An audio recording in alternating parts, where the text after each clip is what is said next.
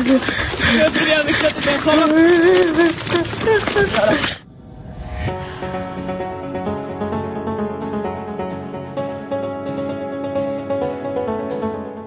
Pertahanan Israel, IDF, mengonfirmasi sejumlah korban jiwa dan pasukan mereka terluka akibat serangan Hizbullah. Kondisi itu terjadi saat Hizbullah menargetkan perkumpulan tentara IDF di pinggiran timur kota Taibeh pada Selasa, 22 Oktober. Lantas, bocor rekaman yang memperlihatkan tentara elit IDF menangis dan lari ketakutan. Dikutip dari tribunnews.com, Rumah Sakit Ziv di Saf mengonfirmasi 16 tentara IDF sekarat dalam pertempuran di Lebanon. Angka itu didapat saat rudal Hizbullah menyerang tentara IDF yang sedang berkumpul di kota Taibeh. Tak hanya itu, militan Lebanon juga menyerang tentara Israel yang berada di pinggiran kota Markaba. Sementara 2 tentara IDF dilaporkan tewas dalam serangan Hizbullah di utara. Adapun 2 tentara IDF itu Mayor Sa'ar Eliad Norsky, 27, yang berasal dari Tel Aviv. Kemudian, 1 yang lainnya merupakan prajurit cadangan di Batalion 508, Formasi Adrim. Di hari yang sama, IDF juga mengumumkan 2 kematian tentaranya akibat pertempuran di Lebanon Selatan. Di satu sisi beredar video yang memperlihatkan segerombolan tentara IDF menangis dan lari ketakutan.